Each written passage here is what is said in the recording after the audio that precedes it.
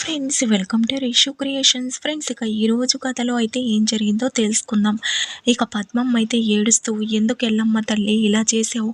నా కూతుర్ని ఎందుకు ఇంతలా బాధపడుతున్నావు? నా అల్లుడికి కాళ్ళు రావాలని నా కూతురు ఆశ్రమానికి తీసుకెళ్ళింది.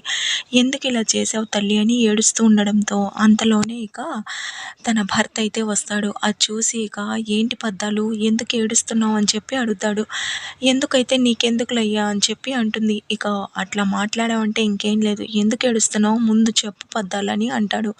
దాంతో నా బిడ్డ జీవితం నాశనమైపోయిందయ్యా అని చెప్పి జరిగిన విషయం చెప్పడంతో నేను అందుకే ఆ సీనుగాడికి చెప్పాను, రే మంచి జరగకపోయినా పర్లేదు, చెడ్డ పేరు మాత్రం తీసుకొని రావద్దురా అని చెప్పి. అయినా ఇదంతా దీనికి కారణం ఈ సీనుగాడే.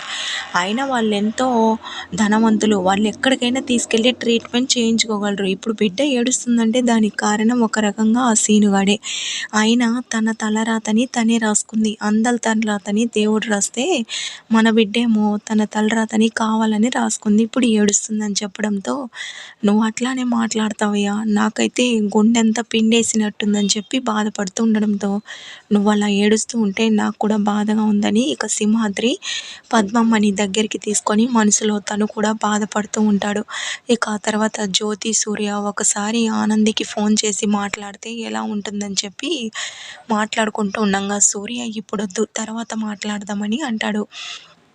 ఇక అలాగే జడ్జి గారు కూడా వద్దమ్మా, ఇప్పుడైతే మనం మళ్ళీ ఆ జరిగిన విషయాన్ని గుర్తు చేసినట్టు ఉంటుంది, అందుకని తర్వాత కుట్టియే మనకి ఫోన్ చేస్తుందని ఇక జడ్జి గారు తన భార్య వాళ్ళందరూ సర్ది చెప్పడంతో ఇక జ్యోతి అయితే సైలెంట్గా ఉంటుంది.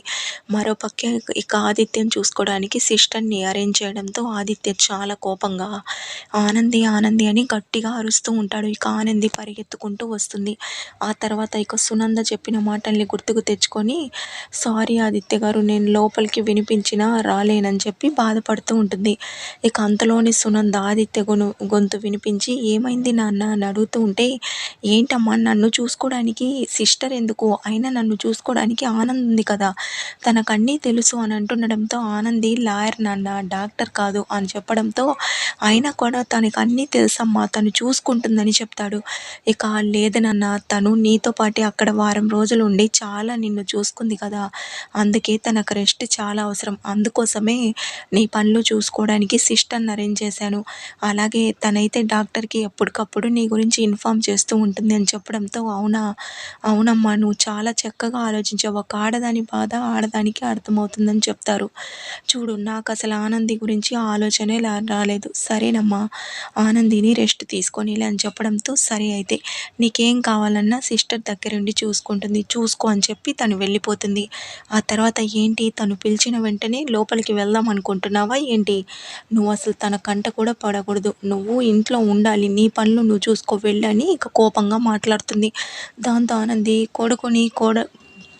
కోడల్ని కొడుకు గదిలోకి రాకుండా భలే మాటలు చెప్తున్నారు అత్తయ్య అని మనసులో బాధపడుతూ ఉంటుంది. ఆ తర్వాత ఇక జ్యోతి డల్గా ఉండడం చూసి ఇక సూర్య ఏంటి జ్యోతి అలా ఉన్నావని అడుగుతాడు.